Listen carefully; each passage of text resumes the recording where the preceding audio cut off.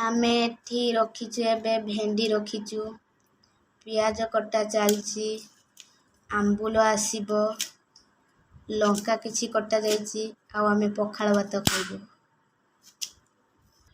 हमर एबे पियाज कटा चलिला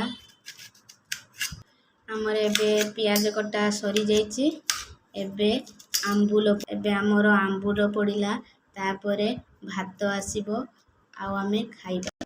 हमर भात आसीला ए देखंतु पखाळ भात ए देखंतु हमर पखाळ भात भेंडी आंबुल दळा आउ आगुरु प्रस्तुत करिकि रखिथिलु आलू भर्ता आउ एबे तोराणी पका गला आउ दळा जीवो भेंडी आंबुल लंका पियाज